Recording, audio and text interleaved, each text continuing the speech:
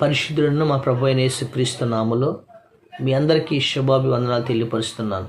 ప్రభునందు ప్రియులారా, గత మాసం అంతా కూడా 7వ నెల అంతా కూడా దేవుడు తన రెక్కల కింద మిమ్మలను మీ పిల్లను సురక్షితంగా కాపాడాడు. రాబో మాసం అంతా కూడా దేవుడు అంతకంటే ఎక్కువగా తన కృపను మీకు కలుగజేయబోతున్నాడు. రాబో మాసంలో ప్రభు నన్ను ప్రేరేపించిన ఒక వాక్యాన్ని మీకు చెప్పబోతున్నాను. ఆదికాండము 50వ అధ్యాయము 21వ వచనంలో చూసినట్లయితే, భయపడకండి, నేను మిమ్ములను మీ పిల్లలను పోషించదును అంటున్నాడు. భయపడకండి, నేను మిమ్ములను మీ పిల్లలను పోషించదని ప్రభు చెప్తున్నాడు. దేవుడు ఒకవేళ సాలీసాలిన జీతంతో, సాలీసాలిన ఆహారంతో ఏ పూటకు ఆ పూట తెచ్చుకొని తిని నీ కుటుంబంలో ఆర్థిక పరిస్థితులను బట్టి ఒకవేళ కరువుతో, ఇరుకుతో, ఇబ్బందితో ఉన్నావేమో ప్రభు నేను చూశాడు. దేవుడు రాబో మాసం అంతా కూడా దేవుడు నిన్ను మీ పిల్లలను ఏ లోటు లేకుండా పోషిస్తాడు. ఏ కొరత లేకుండా దేవుడు సహాయం చేస్తాడు. ఖచ్చితంగా ప్రభు ఈరోజు మీతో చెబుతున్న మాట జ్ఞాపకం చేసుకోండి. ఒక తల్లి ఆ ప్రాంతంలో చాలా భయభక్తులు కలిగిన కుటుంబం. అయితే అది చిన్న రాజ్యం. ఆ రాజ్యం మీదకి వేరే దేశపు సైనికులు రాజ్యాలన్నీ కూడా ఆక్రమించుకుంటూ వస్తున్నాడు ఆ రాజు. అయితే ఆ భక్తి కలిగిన ఆ రాజ్యంలో కూడా వచ్చారు. ఆ గ్రామంలో ఒక సైనికులు ఎంటర్ అయిపోయారు.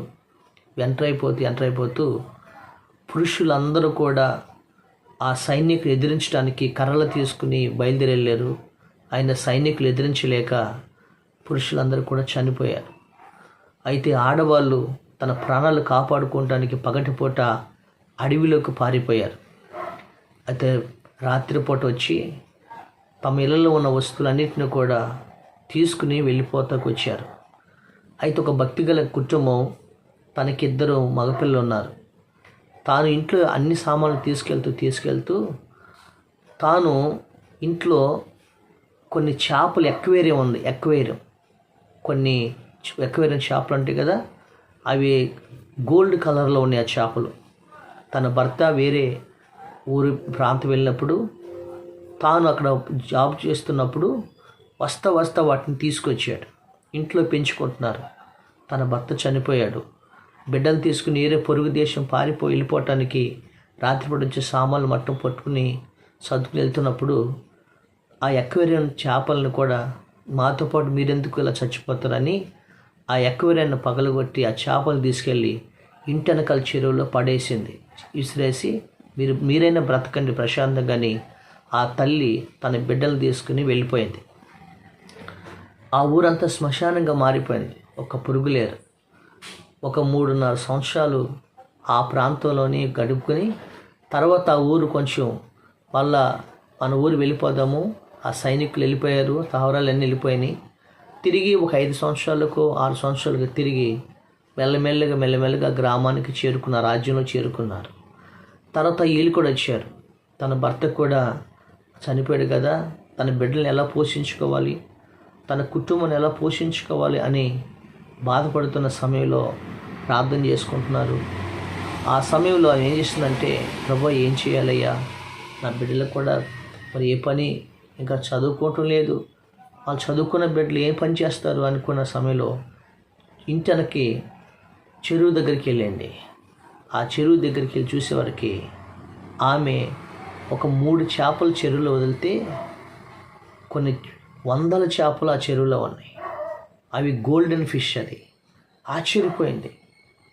ఏం జరిగిందంటే ఈ 6 సంవత్సరాల్లో ఆ చేపలు అవి గుడ్లు పెట్టి పిల్లల్ని పెట్టి ఆ చెరువు అంతా కూడా చేపలతో నిండిపోయింది. అప్పుడు ప్రభు ఆలోచన ప్రకారం తను ఏం చేసిందంటే ఆ చేపలు గోల్డెన్ ఫిష్ పట్టుకొని అవి కర్రలు పెట్టుకొని అవి ఒక చిన్న చూసారండి, గాజు దాంట్లో పెట్టి అమ్ముతారు కదా, అలాగే అమ్ముతూ ప్రారంభించింది. పిల్లలు అమ్ముతున్నారు. చక్కగా ఎక్వేరియంలు పెట్టుకుంటే బిజినెస్ ప్రారంభమైంది. తర్వాత చిన్న షాప్ పెట్టారు.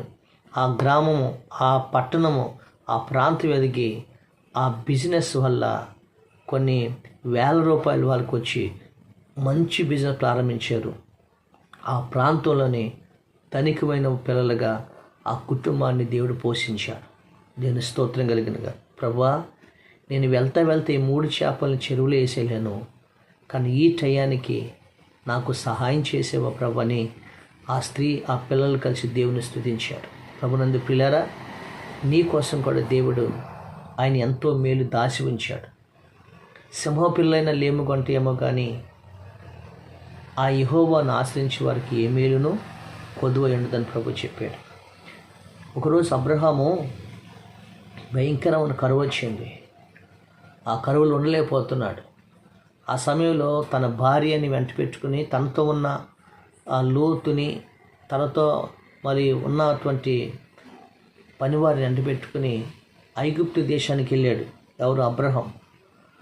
అబ్రహాం అన్నాడు ఫరోతో వెళ్ళి, మేము కొంతకాలం ఇక్కడ ఉంటాం, అక్కడ కరువుతో ఉన్నారని వెళ్తే అబ్రహాముని ఉండమన్నాడు. అయితే అబ్రహాము భార్య చాలా అందంగా ఉంటుందంట. ఈ రాజు ముందు అబ్రహాము భార్యని పొగుడుతున్నారు. అప్పుడు అబ్రహాము భార్యని ఆ రాజు ఇంటికి పిలిపించాడు, అంతఃపురం రమ్మన్నాడు. ఎందుకంటే ఆ రాజు కంట్లో ఏ స్త్రీ పడినా ఉంచుడు. అప్పుడు అబ్రహాము చాలా బాధపడి, ఎవరు ఏమంటే నా చెల్లి అని చెప్పాడు, తన ప్రాణాలు కాపాడుకోవటం కోసం. ఇప్పుడు చివరికి ఏం జరిగిందంటే, అబ్రహాము ఎంతగా ప్రభుని వెంబడించిన అబ్రహాము తాను పిలిచిన దేవుని వదిలిపెట్టి ఆ కష్టములు, ఆ కరువులో ఐగుప్తు నీడని ఆశ్రయించాడు. చివరికి ఐగుప్తు రాజు దగ్గరికి వెళ్తే ఐగుప్తు రాజు పోషించడం సర్వసంగతి. చివరికి తన తోడుగా ఉన్నటువంటి తన భార్యని ఆ ఫరో తీసుకుని వెళ్ళిపోయాడు, అంతఃపురంలో పెట్టుకున్నాడు. అబ్రహాం గుండె పగిలిపోతుంది, చాలా బాధపడుతున్నాడు, ప్రార్థన చేస్తున్నాడు. ఈ ఫరో కూడా ఆ శారాను అంతఃపురంలో ఉన్నాడు. ఆమె చాలా భక్తి కలిగిన స్త్రీ. ఆమె అంతఃపురంలో కన్నీళ్ళు కాచి ప్రార్థన చేస్తుంది. కానీ యెహోవా దేవుడు అబ్రహాము భార్యని తాకనివ్వలేదు, ముట్టనివ్వలేదట. ఆమె అంత ప్రార్థన చేస్తున్నప్పుడు ఆ రాత్రి అబ్రహాం ప్రార్థన చేస్తున్నప్పుడు ఆ ఫరోతో దేవుడు మాట్లాడాడు.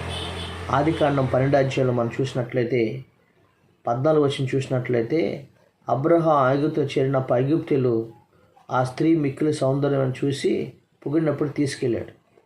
ఆ తర్వాత జాగ్రత్త వినండి, 17వ వచనం. అయితే యెహోవా అబ్రహాము భార్య అయిన శారాయిని బట్టి ఫరోను అతని ఇంటి వారిని మహావేదన చేత బాధించాను. అప్పుడు ఫరో అబ్రహామును పిలిచి, నీవు నాకు చేసినది ఏమిటి? ఈమె నీ భార్య అని నాకెందుకు తెలపలేదు అని నా సహోదరుని ఎలా చెప్పితువని నేను నా భార్యను చేసుకుందేమో అని అను. ఇదిగో నీ భార్య ఈమెను తీసుకుని పొమ్మని చెప్పాను. మరియు ఫరో అతని విషయమై తన జనులకు ఆజ్ఞాపించినందున వారు అతని భార్యని అతనికి అప్పగించాను. దేని స్తోత్రం. అయితే ఏం జరిగిందో తెలుసండి, తన భార్యను అప్పగించాడు. ఒక కీడుని మేలుగా చేశాడు దేవుడు. ఆ తర్వాత ఆ రాజు ఏం చేశాడు తెలుసా? అబ్రహాముకి పశువుల్ని, ధాన్యాన్ని మనం చూస్తున్నాం. ఆ తర్వాత అబ్రహాంకి ఇవన్నీ కూడా ఇచ్చి పంపించాడు. వస్తవత్త 15వ వచనం చూసినట్లయితే ఫరో ఆ స్త్రీకి 16వ వచనం, అబ్రహాము మేలు చేశాను, అతడు ఆమెను బట్టి అబ్రహాము మేలు చేశాను, అందువలన అతని గొర్రెలను, గొడ్లు, మగ గాడిదలు, దాసులు, పనికత్తులను, ఆడగాడిదలను, ఒంటెలను ఇయ్యబడారు. దేని స్తోత్రం. అబ్రహాముకి ఫరో దగ్గరికి వెళ్ళాడు. తన భార్యని ఫరో అంతఃపురానికి రప్పించాడు. ఆమెని తాను బలాత్కారం చేసుకుందాం అనుకున్నాడు. కానీ దేవుడు అబ్రహాము భార్యను ముట్టనివ్వలేదు. తర్వాత ఫరోని తన జనులను వేదన పరిచాడు. అప్పుడు ఫరో తెలుసుకొని తన అబ్రహాము భార్యని అబ్రహాంకు అప్పగించాడు. అప్పగించడమే కాకుండా దాన్ని బట్టి దేవుడు ఏం చేశాడంటే, ఫరో ఇదిగో నేను చేసిన తప్పును బట్టి నాకు పరిష్కారంగా నీ దేవుడు నన్ను క్షమించినట్లుగా నా కోసం ప్రార్థించేయమని చెప్పని కరువులో ఉన్న అబ్రహాముకి గొర్రెలను, పశువులను, ఒంటెలను, గొర్రెలను, దాసులను, దాసరాండ్రులను అబ్రహాముకిచ్చి మీ దేశానికి వెళ్ళిపోమని అబ్రహామును పంపించి దేవుని స్తోత్రం కలిగినగాక. దేవుడు అబ్రహాముకి పోషించడం కోసం వెళ్తే సమృద్ధిగా ఇచ్చి పంపించాడు. అబ్రహాం వచ్చి ఆ దేవుణ్ణి ప్రార్థించినప్పుడు, బలిపీఠం నుంచి ప్రార్థించినప్పుడు ఆ గొర్రెలు విస్తరించి, ఆ పశువులే విస్తరించి, ఆ ఇంట్లో ఉన్న దాసులే విస్తరించి అబ్రహాముని ఎలా దీవించాడో తెలుసండి. ఆ అబ్రహాము నివసిస్తున్న ఆ స్థలము కూడా సరిపోనంతగా దేవుడు అబ్రహామును ఆశీర్వదించాడు. ఈ రోజున భయపడకు, దేవుడు నిన్ను, నీ పిల్లల్ని పోషిస్తాడు.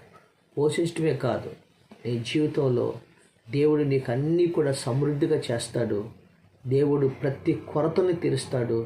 నీకు దేవుడు సమృద్ధి అనే మేలుతోనూ ఆశీర్వాదముతోనూ దేవుడు మిమ్మల్ని ఆశీర్వదిస్తాడు. రాబో మాసం అంతా కూడా దేవుడు మీ పిల్లల్ని సమృద్ధిగా పోషించి దీవించునుగాక. ఆమేన్, ఆమేన్. ప్రార్థన చేద్దాము. పరిశుద్ధుడైన మా తండ్రి, ఇదిగో నాయన 7 మాసాలు ఎంతగానో బిడ్డలు మీరు కాపాడారు. ఇదిగో 8వ మాసంలో ఎంటర్ అయ్యారు ప్రభా. ఇదిగో 8వ మాసంలో వెళ్తున్నప్పుడు ఈ బిడ్డలకి ఏ కొరత ఉందో, ఏ కొరత ఉందో ప్రభు, ఏమి లేవులు ఉన్నారో ఆ కొరతలన్నీ కూడా తీర్చి వాళ్ళ జీవితాల్లో అబ్రహాముని ఏ విధంగా మీరు సంపృద్ధిగా పోషించి దీవించి ఆశీర్వదించారో వారి ఉద్యోగాల్ని, వ్యాపారాల్ని, వాళ్ళ బిడ్డల్ని, వాళ్ళ కుటుంబాల సమస్తాన్ని పోషించి దీవించమని యేసు నామమున అడుగుచున్నాము తండ్రి. ఆమేన్, ఆమేన్. దేవుడు మిమ్మల్ని దీవించునుగాక. ఆమేన్.